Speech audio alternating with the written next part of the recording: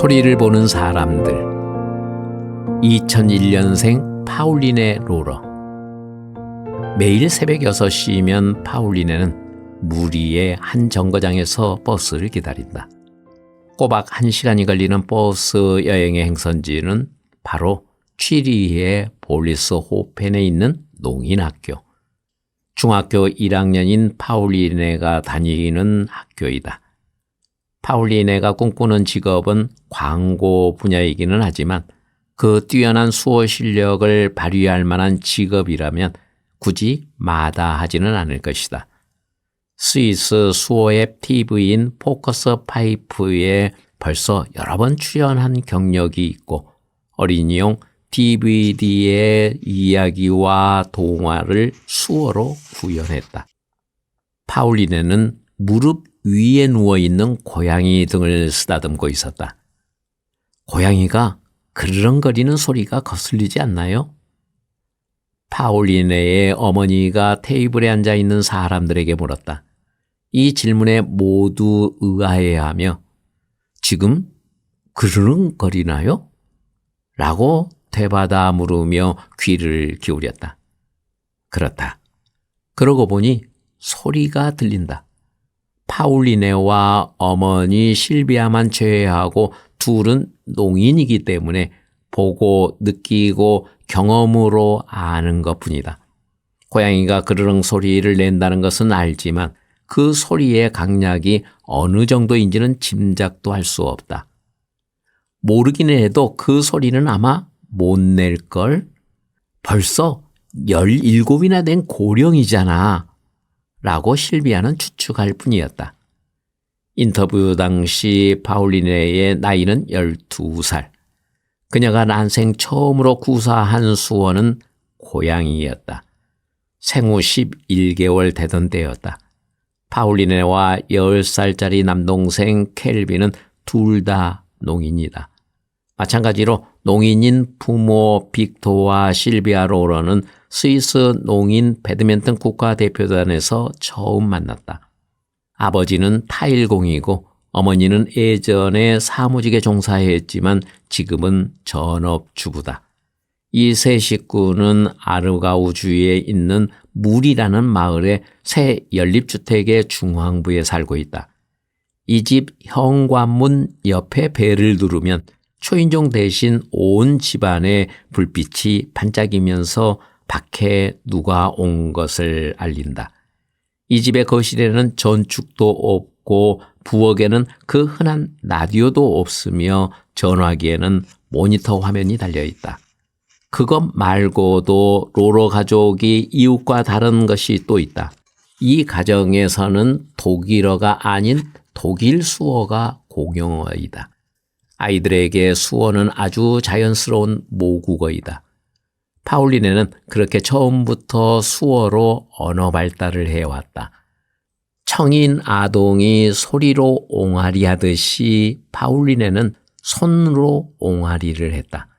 파울리네가 처음으로 고양이란 단어를 수어로 배운 이후로는 급속도로 어휘력이 늘어갔다. 엄마, 아빠 등 거침없이 수어로 말했다. 수어로 한 문장을 제대로 갖춰 표현할 수 있게 된 것이 언제였는지는 정확히 알 수 없다. 파울리네의 어머니의 말에 의하면 파울리네가 입학하고 나서야 문장으로 말을 할 수 있게 되었다고 한다. 하지만 문장에 말을 한다는 것은 무슨 의미인가? 수어를 아니면 음성 언어를 말하는 것인가? 수어에서 말하는 제대로 구색을 갖춘 문장이란 어떤 것을 의미하는가? 관사, 형용사, 명사와 동사가 들어간 문장을 의미하는가? 그렇지 않다. 이런 것들은 독일어 문법에 나오는 개념이다. 수어에서 의미하는 문장은 관사나 심지어 부사, 동사 없이도 완벽하며 독일어와는 완전히 다르지만 동등한 문법 체계를 가지고 있다. 그 수어를 파울리네가 2~3살 될 때까지 배운 것이다. 파울리네의 언어 습득도 청인 아동들의 시기와 동일하게 이루어졌다. 언어 치료와 같은 도움이 필요하지 않았다. 파울리네가 생후 6개월 되었을 때 청각 재활교사가 2주일에 한 번씩 파울리네를 방문해서 한 일은 언어 습득을 도운 것이 아니라 오로지 발음을 익히는 데만 전념했다. 아기가 하는 옹알이를 말해서 흉내 내도록 유도했다. 수어는 절대 사용하지 않았다. 전혀 듣지 못하는 파울리네에게 매우 힘든 일이었다. 당시에 처음으로 받았던 보청기도 말을 배우는데 그리 큰 도움은 되지 않은 것 같다. 그래도 재밌는 장난감 구실을 한 것만은 분명하다. 보청기 끼고 보청기 빼고 끼고 빼고. 보청기는 물론 그 이후로 의사가 계속해서 새로 처방해준 보조장치 중에 정말 도움이 되었던 것이 있었는지는 파울리네도 의심스러울 뿐이었다. 본인이 만들어내는 소리인지 아니면 타인이 내는 소리인지 보청기로는 도저히 그 소리를 구분할 수가 없었다. 누군가 자신의 이름을 아주 크게 부르면 그것은 들을 수 있을지 모른다. 아니면 문이 꽝 하고 닫히는 소리는 들을 수 있다. 그런데 그것이 무슨 의미가 있을까? 그런데도 단순히 학교에 다닌다는 이유로 아니면 부모님이 원한다는 이유로 보청기를 사용해야 하나? 원하는 직업교육을 받을 때가 되면 보청기 착용 여부는 본인이 결정할 수 있을 것이다. 혹시 인공와우를 이식받고 싶지는 않을까? 아니요, 싫어요. 파울리네의 대답은 아주 분명했다. 파울리네는 농인사회에 강한 소속감을 느끼고 있고 거기가 곧 삶의 터전이었다. 수어가 자신의 모국어이기 때문에 자연스러운 소통을 위해 보조장치 같은 것은 필요 없었다. 힘겹게 음성어로 소통해야 하는 상황에서는 차라리 입 모양을 읽는 편을 택했다. 파울리네는 단호히 말했다. 저는 듣는데 관심 없어요. 파울리네가 생후 3개월 되었을 때 처음으로 청력 검사를 받았다.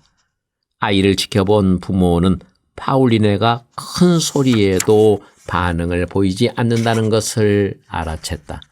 그래서 소아과 의사에게 딸을 데려갔고 결국 농아동이라는 진단을 받았다.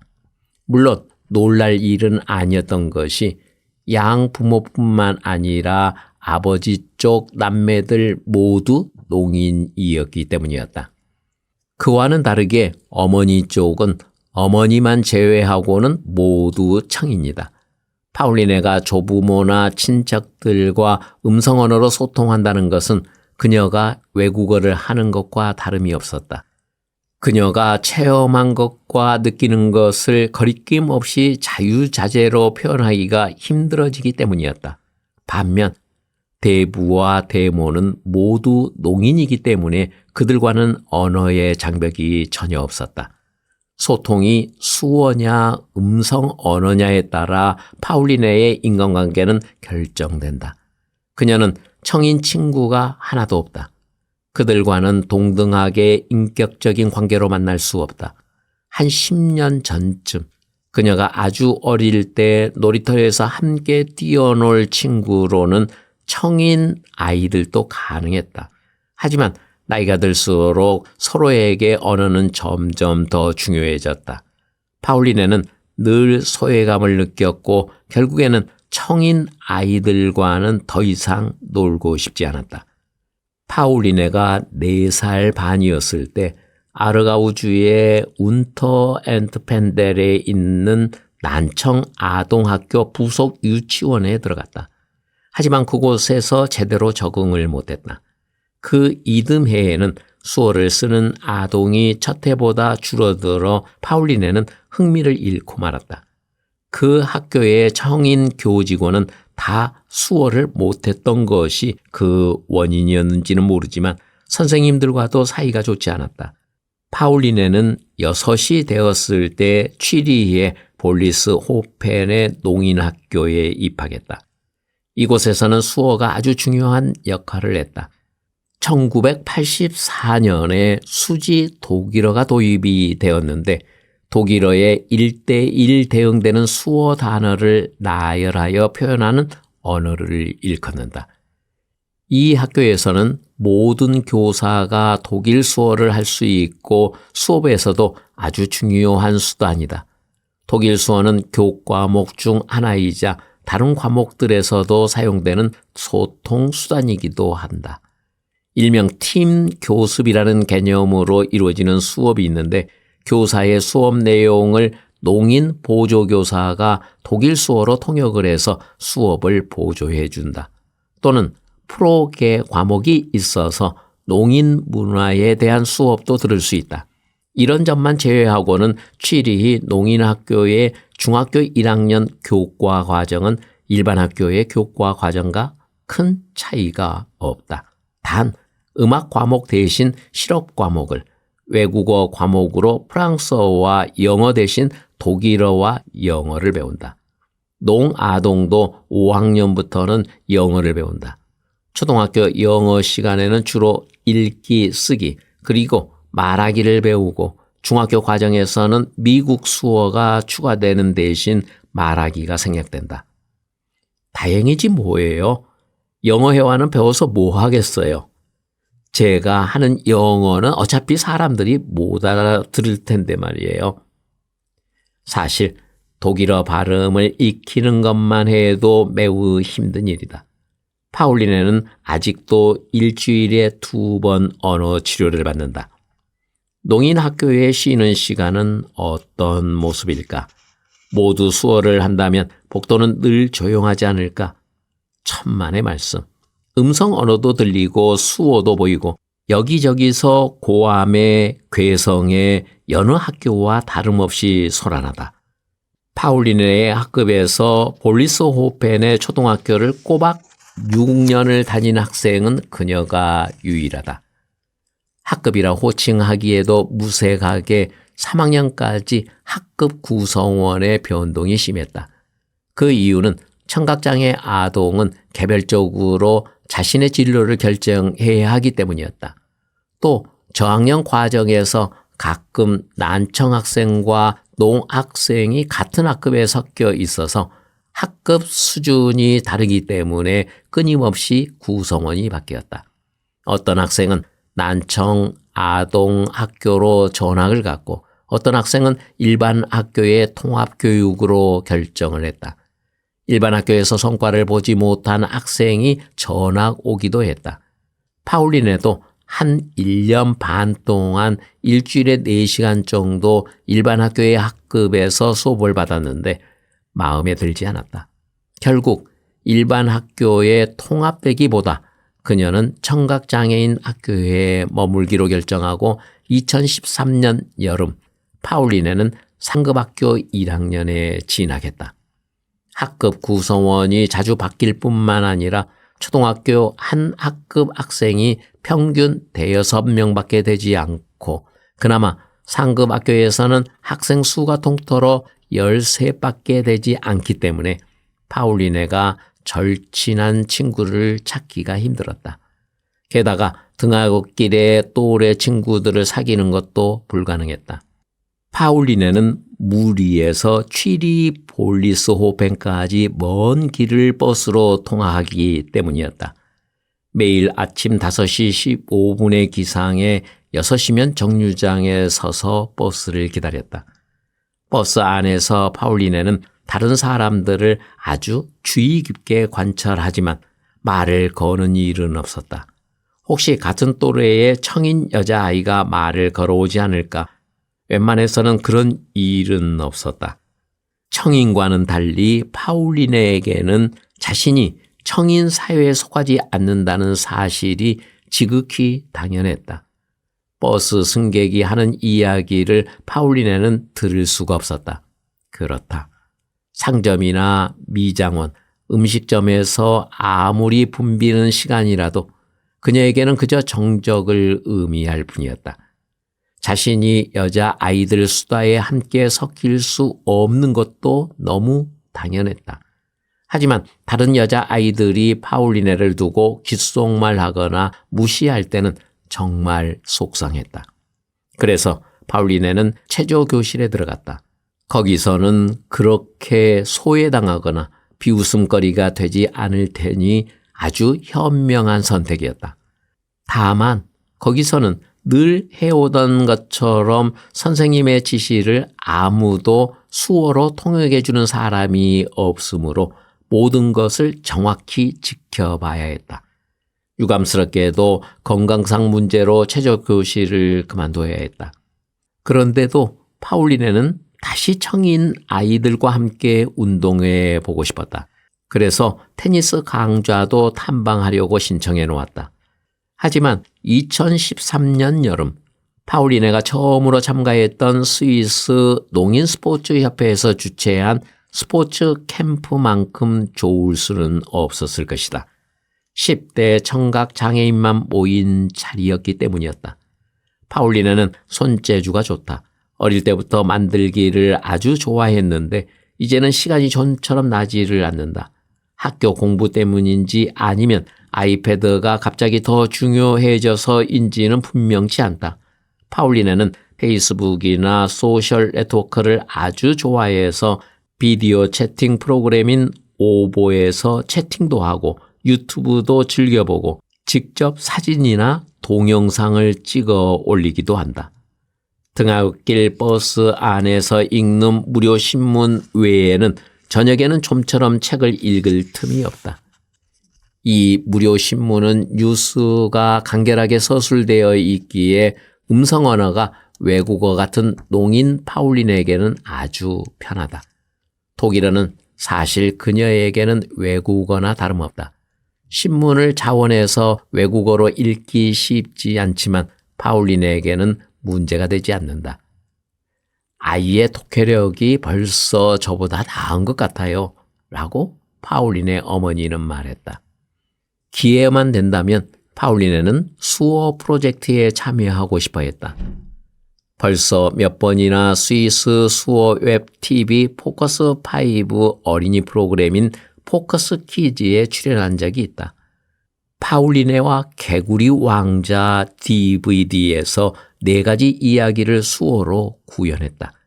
또한 청인 아동들을 위한 수어 워크숍 교재인 두 손을 움직여요 DVD 제작에도 참여했는데 카메라 앞에서 백설공주 동화를 수어로 구현하는 일이었다. 파울리네는 프롬프터나 수어 지도 같은 도움 없이 9분 동안 전혀 막힘없이 해낼 수 있었다. 파울리네는 방학을 주로 바다에서 보낸다. 자결하는 태양과 수영을 좋아하기 때문이다. 개만 나타나지 않는다면 더 바랄 나위 없이 완벽하다. 낯선 도시에서의 시내 쇼핑도 좋아한다. 최신 패션도 만끽하고 선반에 진열된 옷도 뒤적이고 아이스크림도 먹으며 말이다. 방학 동안에는 편히 쉬어야 하기에 보청기도 사용할 필요가 없다. 생각 같아서는 아예 지금 당장 치워버리고 싶다. 자신이 직접 결정할 수 있는 때가 어서 왔으면 좋겠다. 미래가 어떤 것들을 제공해 줄까? 장차 원하는 직업이 무엇인지 물어보면 파울리네는 답변이 마땅치 않다. 다른 청소년들처럼 꿈과 포부가 있지만 실천에 옮길 만한 지식은 아직 없다. 또 청인 청소년에 비해 일자리를 찾는 데 어려움이 더 있다면 농인과의 접촉에 문제가 없는 직업 교사를 만나는 것이다. 물론 학교에서 많은 지원을 해주기는 하지만 결코 간단한 문제가 아니다. 파울리네는 그녀의 창의력이 발휘될 수 있는 광고 분야의 아틀리에에서 일하고 싶다. 동시에 웨어리콘의 청각장애인을 위한 직업 학교에 다니고 싶다. 이 학교에 입학하기 위해서는 먼저 인턴 교육 자리에 채용이 되어야 하고 장애인 사회보험에 재정 지원이 있어야 한다. 수어로 동화 구현을 한 경력을 고려하면 수어 교사 교육을 나중에 받을 가능성이 크기도 하지만 아무튼 두고 볼 일이다. 그림 하나가 만물에 깃들어 고이 잠들어선 꿈을 꾸고 또 꿈을 꾸더니 온 세상이 둥실 떠올라 흔들거리고 너는 손짓에서 마법의 단어를 그려낸다. 요세프 폰 아이헨도로프의 시. 소리를 보는 사람들. 1997년 에이멘 알 칼리디. 취리 볼리스호펜 외곽의 한 전원마을에 향토 양식으로 지어진 100년 남짓된 학교 하나가 차분하게 서 있다. 홈페이지에서는 SEK3로 소개된 이곳은 외양과는 다르게 아주 현대적이고 생기가 넘치는 농인과 난청인을 위한 중고등학교이다. 2010년부터 에이멘 알 칼라디는 약자로 TIO라고도 불리는 부분 통합교육이 시행되고 있는 고등학교에 다니고 있다. 에이멘은 아랍 이름으로 오른손을 의미한다. 그의 부모는 이라크에서 스위스로 망명한 난민이다. 스위스에서 태어난 에이멘은 이라크에 대해 아는 것이라곤 방학 때 여행을 통해 온 것이 전부다. 2014년 여름 보청기 등 의료기술 제조업체인 코낙에서 3년간의 물류유통 관리자 직업교육을 시작한다. 그의 여가는 축구로 일색이다. 열광적인 축구 팬인 그는 호르겐 축구팀에서 수비형 미드필더 선수로 활약 중이다. 그는 리버풀과 바르셀로나 축구팀의 팬이기도 하다. 부분 통합이란 콘셉트는 학교에서 구체적으로 어떻게 적용되나요? 답변. 부분 통합에 해당되는 학생들은 모두 난청 학생들이에요. 하지만 우리는 인공와우나 보청기를 착용하며 음성 언어를 잘 구사하고 알아듣기 때문에 일반 학교의 여러 과목을 부분 통합 교사의 지도하에 일반 학생들과 함께 듣고 있지요. 구체적으로 인간과 환경, 체육, 수학, 그리고 제가 가장 좋아하는 지리가 같이 듣는 수업이에요.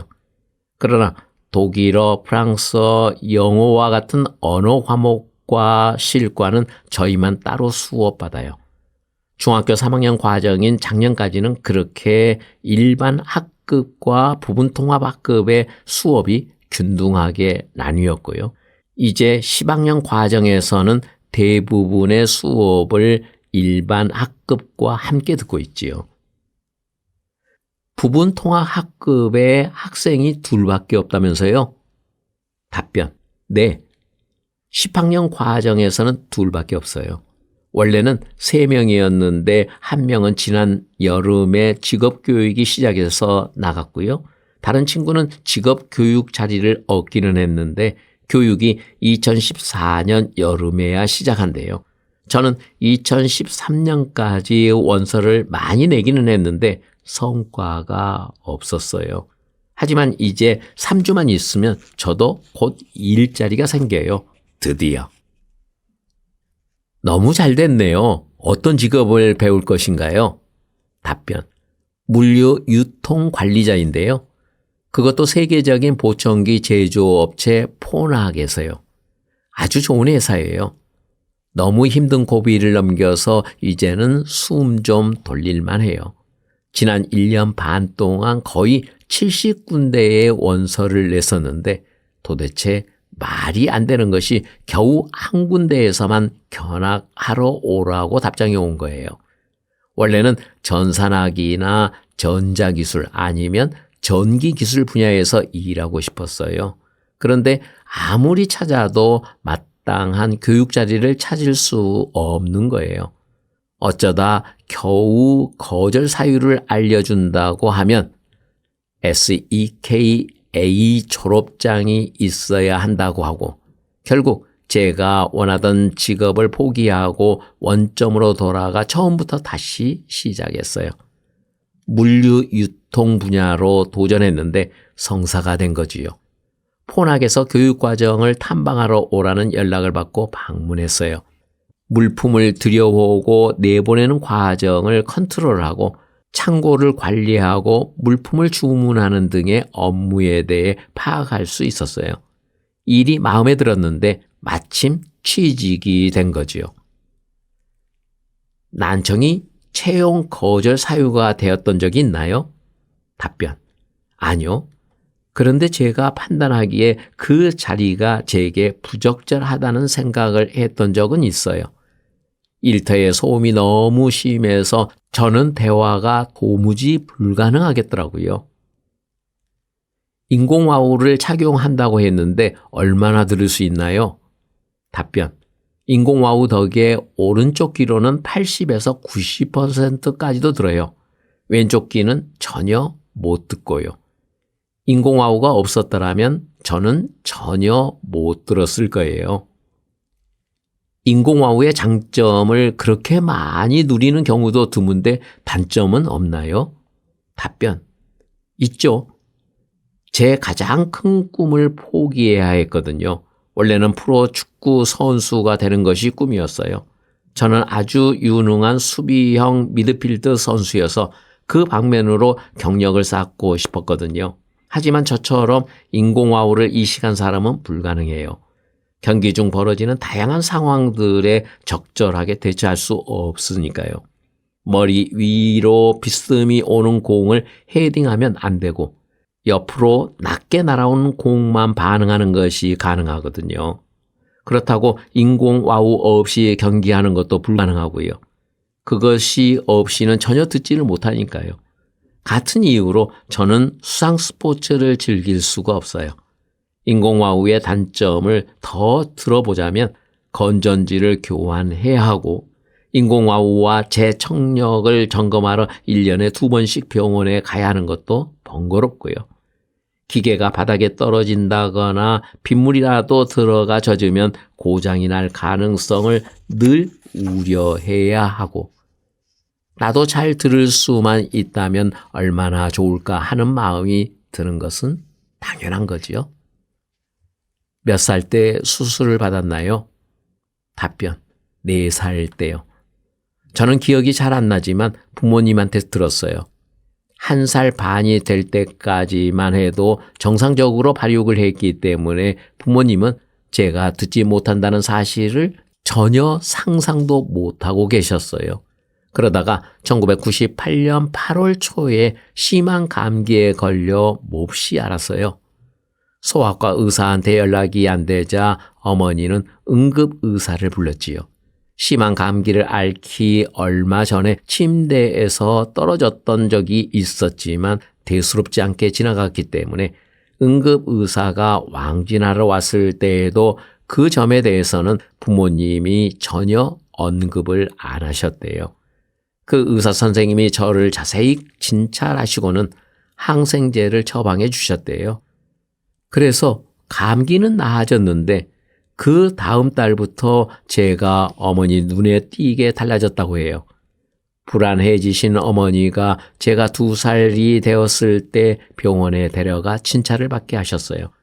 그때 제가 전혀 듣지 못한다는 진단을 받은 거죠. 문제는 원인이 무엇이었냐는 거지요.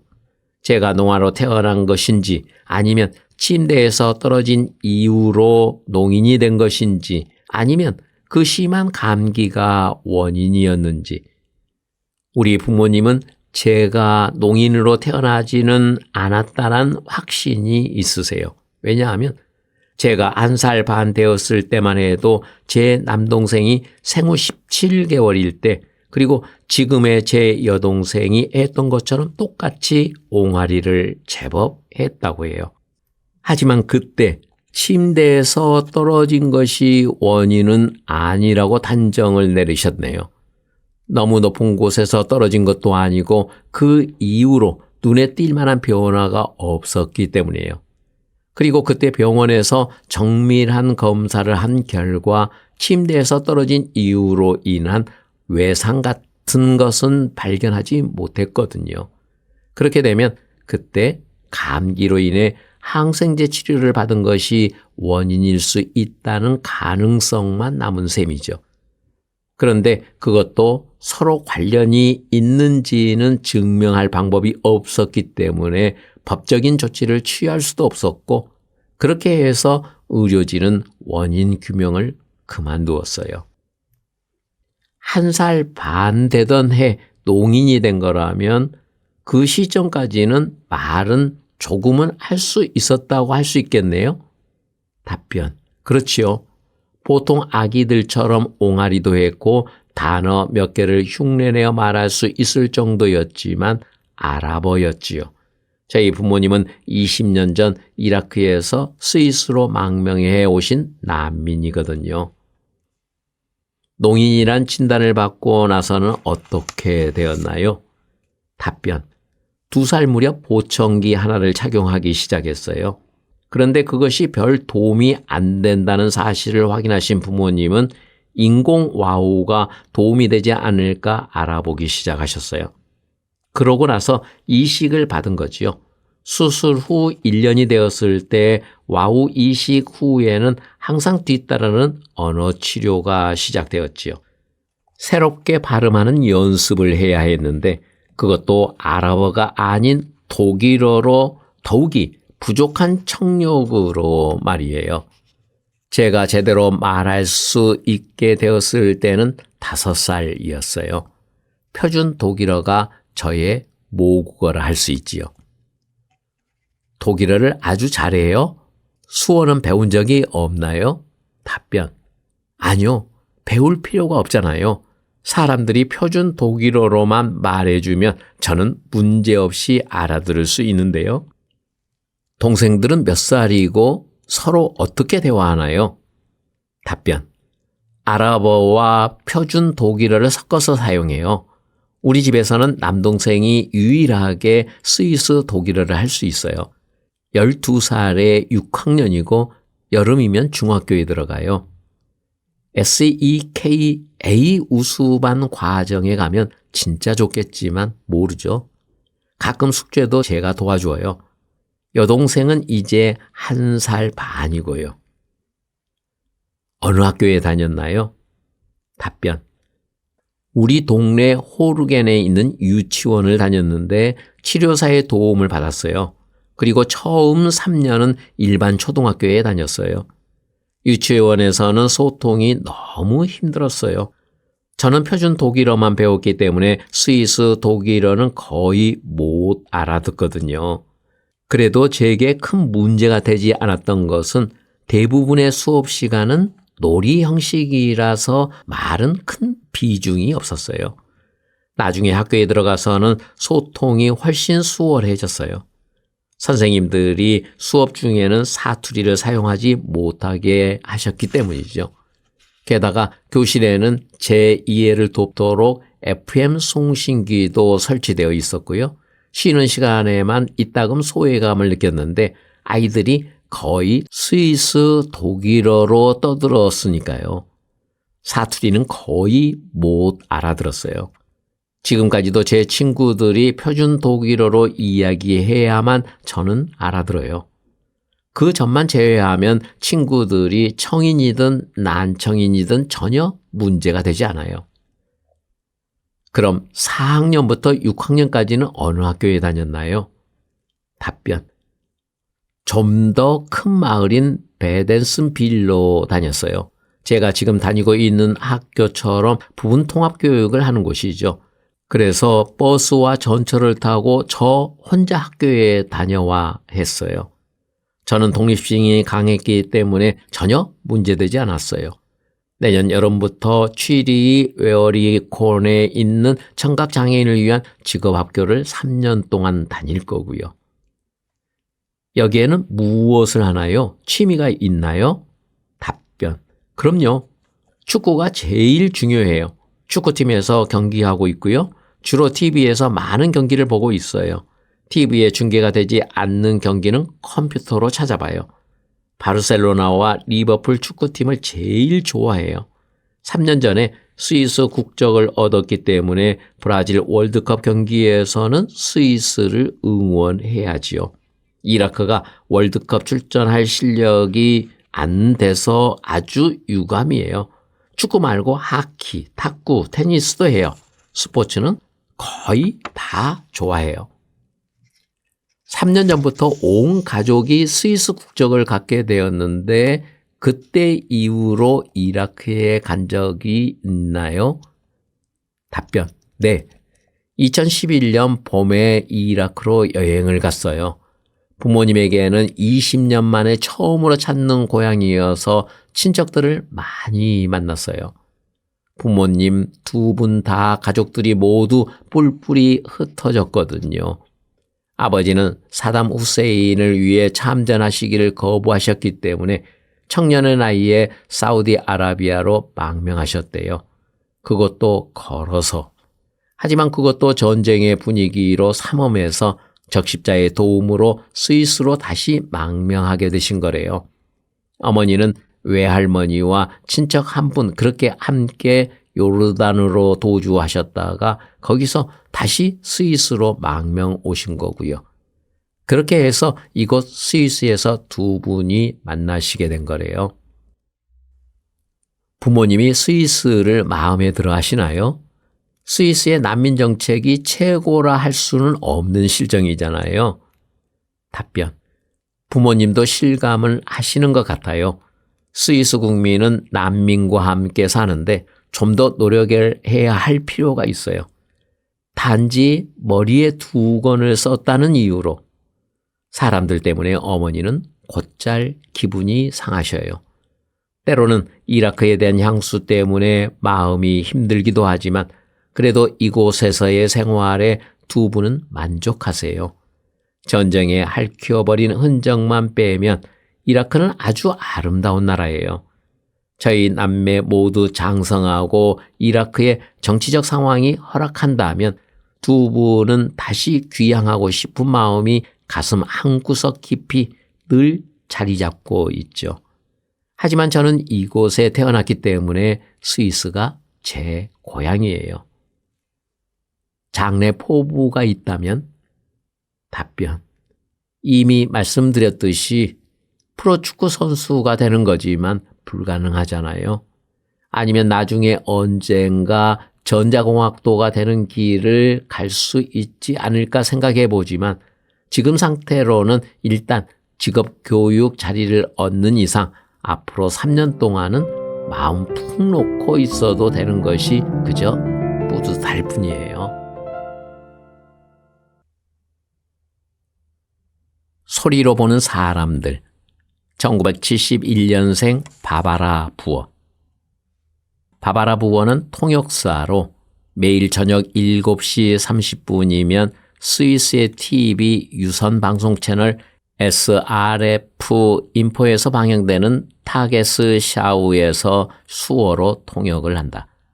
수어 통역사 교육을 받기 전에는 사무직원 교육을 받았다. 곧 수어 통역사 경력 14년 차가 되고 취리히 특수교육대학의 수어 통역과에서 12년째 외래 강사직을 겸임하고 있다. 바바라 부어는 부모님이 농인과 난청인이기 때문에 수어와 음성 언어 두 가지 언어를 다 구사한다. 그래서 그녀와 남동생 모두 농인 사회에서 수어로 성장했다. 어떻게 해서 수어 통역사가 되셨나요? 답변. 어머니가 난청인이시고 아버지는 농인이세요. 좀 이상하게 들릴 수도 있지만 그래서인지 저는 농인처럼 행동하는 경향이 있거든요. 제 남동생도 저도 둘 다 청인인데 저는 마치 농인처럼 반응하고 행동하는 거예요. 최근에는 다시 한번 실감을 했지요. 아버지와 차를 타고 가고 있었는데 갑자기 너무나 위험한 상황에 아찔한 나머지 보통 청인 같았으면 그냥 본능적으로 소리를 꽥 질렀을 거예요. 그런데 저는 그 대신 옆에 앉아 계신 아버지를 쿡 찌른 거지요. 저는 이렇게 농인 사회에서 자라났어요. 이런 가족적인 배경이 있다고 해서 반드시 수어 통역사란 직업이 제게 적격이라고 단정할 수는 없겠지만 저처럼 사교적이고 거기에 언어적 재능까지 겸비하고 있다면 금상첨화라고 할 수 있지요. 그렇지만 수어와 관련된 일을 직업으로 갖겠다는 생각은 아주 서서히 싹터간 것 같아요. 어린 제 눈에도 농인들은 종종 정보에 잘 접하지 못하고 어려움도 많은 데다가 소통도 굉장히 힘들게 보였거든요. 그런 점들을 개선하는데 일조하고 싶었어요. 그러던 중 수어 통역사 양성 교육에 관한 이야기를 들었는데 스위스 독일어권에는 겨우 30년 전에야 생겼죠. 아, 이거다 싶더라고요. 사무원이라는 전직을 거쳤기 때문에 돌아서 간 셈이기는 하지만 어쨌거나 제 천직을 찾은 거지요. 벌써 14년째 통역 일을 하고 있고 겸해서 12년째 특수교육대학에도 출강하고 있어요. 이 강사 일은 제게는 큰 유익을 의미해요. 왜냐하면 이과 학생들과 대화하다 보면 이 분야를 처음으로 접하는 사람들에게 이 직업이 주는 도전이 얼마나 특별한지를 수시로 확인하게 되거든요. 학생들이 던지는 질문을 제게도 스스로 던져보기도 해요. 수어와 독일어 중 어떤 것이 본인의 모국어인가요? 답변. 독일어예요. 저희 부모님은 저희와 독일어 음성 언어로 대화하셨어요. 지금까지도 자주 그러세요. 농인은 아버지조차 당신의 음성으로 말씀하시거든요. 부모님은 두 분 다 독일어 음성 언어를 배우고 자라셨는데 가족 중에서 유일하게 농인인데다가 그때만 해도 학교에서는 수어가 금지되었기 때문이지요. 하지만 저는 수어를 부모님 친구분들과 특히 스포츠 동호회를 통해서 아주 자연스럽게 배웠어요. 저는 두 가지 언어를 모두 구사하는 셈이죠.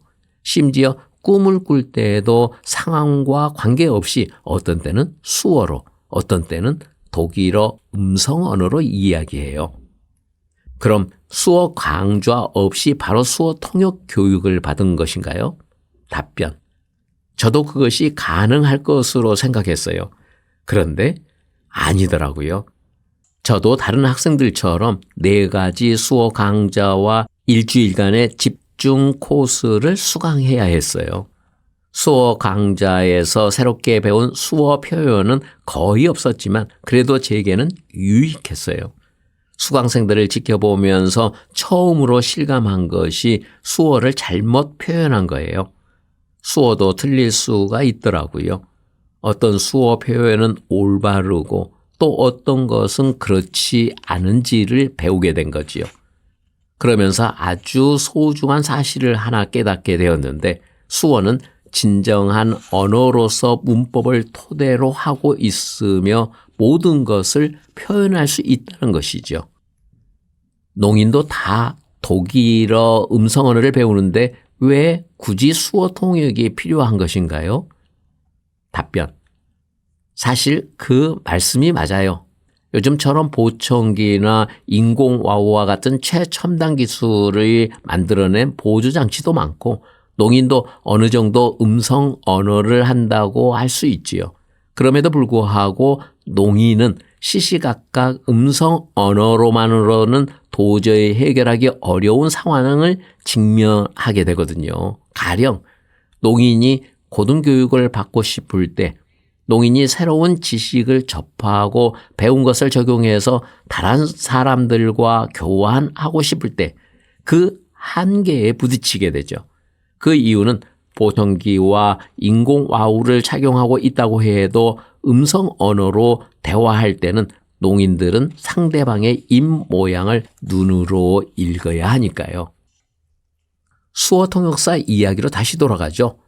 수어 통역사가 되려면 어떤 조건을 갖춰야 하나요? 답변. 취리히 특수교육대학에서 요구하는 조건 외에 제가 몇 가지를 더 덧붙여 보자면 통역사는 청렴 결백하고 신뢰감을 주는 성격의 소유자이어야 해요. 존재감은 분명하지만 동시에 한 발짝 물러서 있을 수 있어야 하지요. 다시 말해 통역사는 무대의 한복판에 서 있기는 하지만 절대로 본인이 나서면 안 돼요.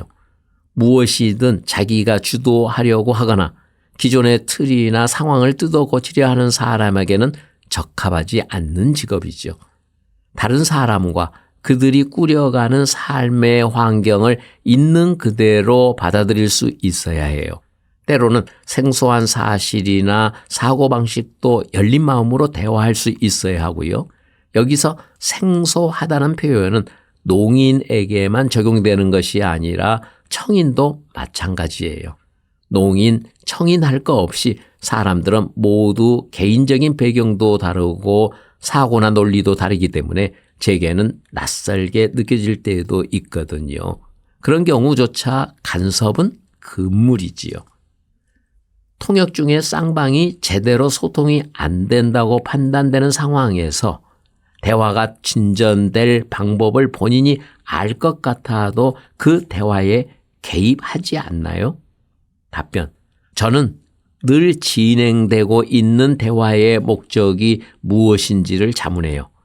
일례로 노동청에서 직업 상담을 받는 농인이 왜 굳이 양식서를 작성해야 하는지 납득을 못하고 있는데 노동청 직원은 그것을 당연한 거라 우기면 제가 개입해 제 통역 의뢰인의 입장이 되어서 다시 한번 설명해 주시겠어요? 라고 요청하지요.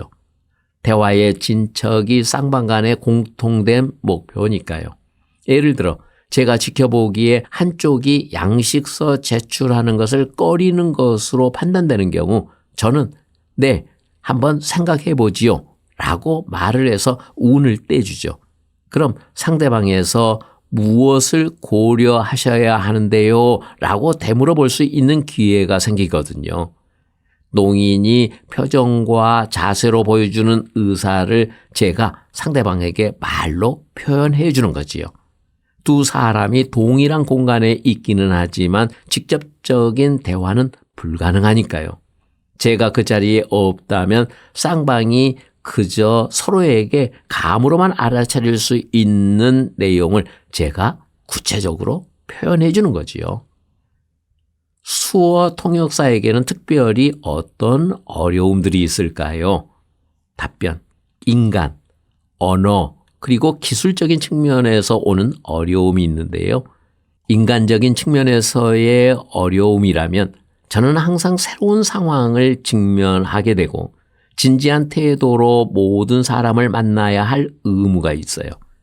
굉장히 어려운 대화에도 관여해 감당해 내야 하지만 일이 끝나면 다시 내려놓고 있는 작업도 해야 합니다. 늘 그렇게 중립을 지킬 수 있나요? 답변. 대화에 감정이 개입되는 상황에서는 통역이 힘들어져요. 그럴 때면 저는 의뢰 통역, 그러니까 거론된 이야기를 언어적으로 수화하는 데 집중하고 대화의 의미나 그 목적을 잃지 않도록 노력하죠. 감정이 격해진 상황에서는 직업정신을 발휘해서 내면의 거리감을 유지하는 것이 당연히 힘이 들지요. 무엇보다 중요한 것은 통역한 내용들을 나중에 다시 성찰하고자 자신과 제 역할을 검토하는 일입니다. 또 스트레스가 되는 요인을 든다면 심리적인 면인데요. 수어와 음성 언어를 다 알아서 제 실력을 평가할 수 있는 제3자가 통역 시 같은 공간에 있는 경우예요. 한 가지 사실에는 항상 여러 가지 통역이 가능하고 그 통역은 통역사에 의해 윤색되기도 하고 또 언어라는 것이 늘 명확하게 분명한 것이 아니잖아요. 그래서 통역은 그저 본래 의미의 근사치나 다름없기 때문에 통역사는 그 제3자와의 대화에서 그 마음에 들게 처신해야 하는 부담감이 있는 거죠. 하지만 저는 그것을 일종의 촉진제 역할로 받아들입니다. 통역에서의 어려움을 더 좀 이야기하면 대화 상황에서 그 뒷배경을 제가 모르는 경우지요. 예를 들어 대화하는 두 사람이 이미 예전부터 아는 사이일 경우 제가 모르고 있는 사실까지 그들이 굳이 설명해서 이야기할 필요가 없지요. 화자 둘은 이미 알고 있는 사실이 이야기의 뒷배경이 있지만 그 사전 지식이 없는 저로서는 그 대화의 섬세한 뉘앙스를 이해하기가 어려워 통역이 힘들어지는 거고요. 그리고 동시 통역 시 필요한 고도의 집중력도 어려움에 속해요. 동시 통역에는 두 번째 기회가 없거든요. 인터넷 TV인 포커스5가 그 예인데요. 대화는 계속 진행되기 때문에 되물어보거나 보고할 시간이 전혀 없어요. 이제 언어적인 측면에서의 어려움을 말씀드려야겠네요. 어떤 특정 분야를 다룰 때 그 전문 용어를 통용하는 것이 특히 어려워요. 특히나 뉴스 프로그램은 아나운서의 발화 속도가 엄청나게 빠르고 농축된 언어를 사용할 뿐만 아니라 많은 정보를 함축하고 내용도 복잡하기 때문에 통역사의 역량을 특히 더 요구한다고 할 수 있지요. 통역 속도에 맞추기 위해 뉴스 보도 내용을 요약하기도 하나요? 답변, 아니요. 1:1 동시 통역이 가능하기는 해요. 중요한 것은 내용을 다시 그대로 전달하는 것이지 단어 하나하나를 모두 수어로 옮기는 것 자체가 의미가 있는 것은 아니에요. 수어가 음성 언어 단어로 1:1 통역이 불가능해서가 아니라 원래 한 언어를 다른 언어로 통역할 때 그런 1:1 통역이 불가능하거든요. 언어마다 고유한 문법을 가지고 있는 것처럼 수어도 마찬가지예요. 음성 언어는 단어를 나열하는 평면적 구조를 가졌지만 수어는 몸짓, 표정, 자세, 시선의 방향, 입 모양 등 모두 의미를 전달하는 요소로 동원되거든요. 또한 수어는 고유의 문장 구조로 되어 있어요. 주어와 목적어는 한 공간에서 표현되는 몸짓과 템포를 통해 서로 연관성을 가지고 전달해요. 그가 말한다 혹은 그녀가 대답한다 같은 직접 화법은 시선의 방향과 자세를 통해 표현되고요. 기쁨, 분노, 실망 등의 감정은 따로 몸짓이 필요 없이 표정만으로도 표현돼요. 언어 연구학자 페니 보에즈 브레엠 박사는 이런 말을 했죠. 음성 언어에서는 여러 단어로 이루어진 문장으로만 전달될 수 있는 수많은 정보를 수어에서는 몸짓 하나만으로도 담을 수 있다. 수어는 시각적이고 3차원적인 언어로서 시간과 공간을 동시에 활용하는 특성 때문에 음성 언어에서의 몇 가지 단어면 가능한 표현을 일일이 몸짓으로 통역해 내려면 시간이 더 소요되는 단점을 상쇄할 수 있다. 모든 정보를 수어로 다 통역이 가능한가요? 아니면 그 내용을 간소화해야 하나요? 답변. 분명히 말씀드리지만 저는 그 정보를 간소화하는 것이 아니라 복잡한 내용을 이해하기 쉽게 만들어줍니다. 저는 모든 정보와 그 관련 내용 모두 다 통역합니다. 이따금 제가 이미 통역한 주제를 가지고 주도 면밀하게 질문해 오시는 농인들이 있어요. 저는 그런 경우를 제가 통역을 제대로 했다는 증거로 받아들여요. 왜냐하면 좋은 질문이 생겼다는 이야기는 다시 말해 그 전달된 정보와 관련된 사실을 이해했고 그 사람의 관심을 자극했다는 것을 의미하니까요. 얼마 전 저희 어머니가 제게 부탁하셨는데 뉴스에서 보셨던 too weak to fail의 의미를 정확히 설명해 달라시는 거예요. 어머니의 질문이 저는 너무 반가웠어요. 왜냐하면 바로 그 이유로 통역서가 된 것이거든요. 농인들의 정보 결핍을 덜어주는 것 말이에요. 기존에는 없었던 새로운 단어나 표현이 있을 때는 어떻게 하나요? 답변. 여러 가지 방법이 있지요. 비트코인을 예로 들어볼게요. 지화로 철자 하나하나를 나열한 다음 그 의미를 설명하는 거예요.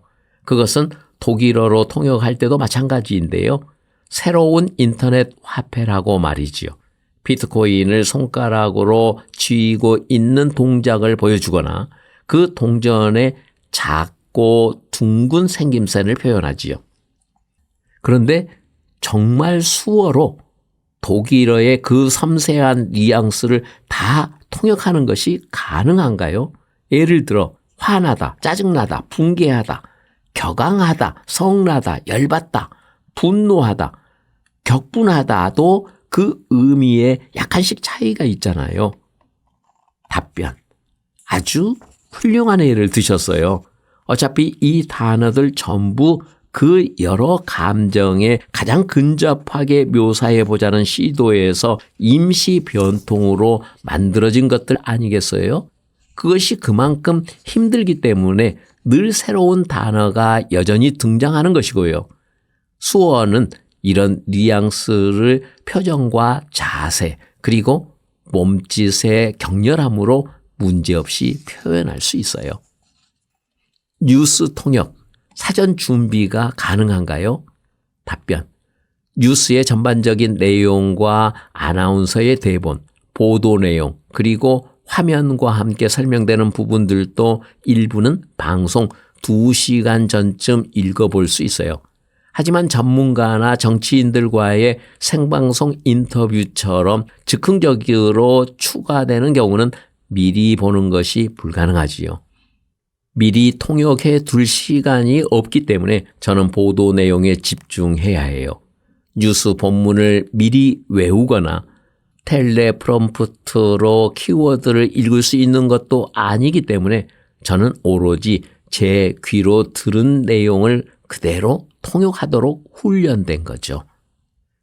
아까 잠깐 통역사가 겪는 기술적인 측면에서의 어려움이 있다고 언급하셨는데요. 답변. 말 그대로 기술적인 측면에서의 어려움이에요. 제 통역이 녹화되고 스크린에 투사가 될 때는 조명과 마이크 때문에 일이 방해를 받을 수 있어요. 그 대표적인 사례가 스위스 농인협회의 공식 행사였어요. 그곳에서는 여러 명의 통역사가 수어뿐 아니라 각종 외국어로 동시에 통역을 해야 했어요. 통역 중에 내용의 연관성을 생각할 시간의 여유가 있나요? 아니면 그냥 기계적으로 통역 과정을 거치는 것인가요? 답변. 제가 뉴스 보도를 통역할 때는 시청자가 TV로 보도 내용을 이해하는 식과는 전혀 다르게 제 머릿속은 순전히 언어적으로만 정보를 접해요. 하지만 보도 중에 감정에 호소하는 내용이 있을 때는 잠시 머릿속으로 머뭇거리는 순간이 있기도 하지요. 다행히 저는 뉴스 보도 2시간 전에 이미 보도 내용을 살펴봐서 잘 진행할 수 있는 것 같아요. 아주 골치 아픈 상황들을 많이 경험한 것 같은데 어떻게 소화하나요? 답변. 그런 상황에 잘 대처하도록 하고 또 내려놓는 것도 배워야 해요. 가장 좋은 방법이 동료들과 정보를 나누는 것인데요. 그 상황을 자세히 다 설명해서도 안 되고 그 사람들의 이름을 공개해도 안 되지요.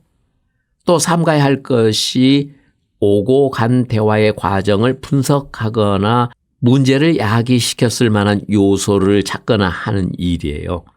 하지만 동료들과의 함께 경험을 나누는 것이 제게는 정말 큰 도움이 돼요. 또한 제가 나름대로 개발한 해소 방법이 있어요. 저는 제가 일하는 동안 저의 역할이 길고 긴 과정의 일부가 아니라 한 점에 해당하는 순간적인 관여라고 생각해요. 그렇기 때문에 저는 비교적 쉽게 통역을 한 후 그 주제와 거리를 둘 수 있는 거고요. 때로는 농인들과 이야기를 나눈 것도 많은 도움이 돼요. 특히 운동하면 제대로 해소가 되지요. 오랜 시간 어려운 측면에 관해서 이야기를 나눴는데 아주 유쾌한 상황에서는 어떻게 하나요? 답변. 맞아요. 어려운 상황뿐만 아니라 즐거운 상황에서도 감정은 동일하게 개입되죠. 초음파로 태아를 검사한다든가 특별한 업적으로 표창이나 상을 받는 상황 말이지요. 아니면 스포츠나 문화 행사 같은 것도 있고요. 통역 중에 저는 계속 말을 하는 사람으로서의 의뢰인을 대변해 1인칭을 사용하기 때문에 그 순간에는 강한 친근감마저 느끼고 때로는 저를 동일시하기도 해요. 그래서 그렇게 제 감정이 특별히 개입되는 순간에는 더더욱 빨리 저 자신으로 돌아오고자 노력하지요. 통역 비용은 누가 부담합니까? 답변. 대표적으로 장애보험을 들 수 있어요. 공법상 규정된 예산이 있거든요. 예를 들면 일자리를 위한 예산, 연장 교육을 위한 예산 같은 거요. 아니면 통역인력사무소 프로콤에서 경찰서나 병원, 법원 같은 공공기관에 직접 청구를 하기도 하지요. 이런 기관들은 장애인 평등법에 준한 수어 통역을 직접적으로 재원해야 하는 의무가 있거든요. 마지막으로 수어 통역에 할당된 예산이 또 따로 있어요. 이를테면 병원에 간다든가 정치 문화나 그 밖에 행사에 참여할 수 있도록 일정한 금액이 청각장애인들을 위해 지급되는 경우죠. 한 사회에서 농인과 수어라는 주제가 많이 회자될수록 공식 석상에서 이루어지는 수어 통역에 대한 인식이 늘어갈수록 그 필요성이 더 많이 인정받는 만큼 절실한 재정도 그만큼 거론돼야겠지요. 인문계 고등학교와 대학에 가는 농인이 왜 그렇게 드물까요? 이 분야의 스위스 전문가들은 그 원인을 농인과 수어를 고려한 인문고등학교 과정을 제공한 학교가 스위스 전역에 오늘날까지 단 한 군데도 없는 것에서 찾아요. 그래서 스위스의 대학에 등록된 농인 학생이 아주 드물 수밖에 없는 거고요. 그렇기 때문에 단과대학이나 종합대학 입학 자격을 얻어낸 농인을 위한 통역을 재정적으로 지원하고 보장하는 것이 더욱 중요하다고 봐요. 수어에 대해 어떻게 전망하세요? 점점 더 많은 농학생이 일반 학교로 통합되는 추세로 본다면 언젠가는 수어가 우리들의 시야에서 사라지지 않을까요? 답변. 계속 개발되고 있는 첨단 보조장치와 전문가들의 지원 덕분에 농학생들이 모두 일반 학교에 통합이 된다면야 그렇겠죠. 개발이 가져다주는 변화를 우리는 정확히 알 수는 없어요. 다만 저는 우리의 과거를 타산지석으로 삼아 예측해 볼 뿐이에요.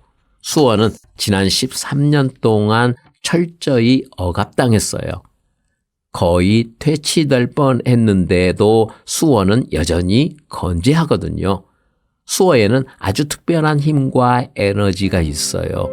그 때문에 수어는 미래에도 반드시 살아남을 거예요. 안녕하세요. 책 읽어드리는 집사 종환입니다. 매년 6월 3일은 농아인의 날로 지냅니다. 육과 귀의 모양을 형상화한 3을 결합한 6월 3일을 농아인의 날로 정한 것인데요. 농아인의 날은 조선 농아인협회가 설립된 1946년 6월을 기념하는 것이기도 합니다. 해서 오늘은 농아인과 관련된 책을 골라봤는데요. 스위스 농인들이 들려주는 이야기, 소리로 보는 사람들이었습니다. 이 책은 사단법인 영농회에서 번역 출간한 책으로 농인 8명과 난청인 1명, 그리고 수어 통역사 1명 모두 10명의 이야기가 담겨 있습니다. 저자는 스위스 리스탈에서 태어난 요한나 크라프이고요. 청인 아동들에게 수어를 소개하는 여러 권의 책을 집필했고 수어 보급에 전념하고 계신 분입니다. 해서 사단법인 영농회는 이 책을 통해 한 단면이기는 하지만 외국 농인들이 어떻게 살아가고 있으며 우리나라 농인들과의 유사한 점이나 차이점들을 살펴보고 농사회의 발전이 도움이 되었으면 좋겠다 했습니다. 그래서 책집사가 오늘 이 책에 소개된 8명의 농인 가운데 한 명인 파울리네 로너는 부모, 형제 모두가 청각 장애가 있는 분이었고요. 그리고 인공와우 이식을 받은 아이멘 알 칼리디. 그는 수술 후 80에서 90%를 듣는다 했습니다. 인공와우가 없었더라면 그는 전혀 듣지 못할 것이라고 전했고요. 마지막으로 수어 통역사인 바바라 부원은 부모 모두 청각장애인이셔서 청인과 농인 사이 그리고 수어와 음성 언어가 동일하게 친숙한 분이셨습니다. 여러분 어떻게 들으셨습니까? 잘 들어주셔서 고맙습니다. 감사합니다.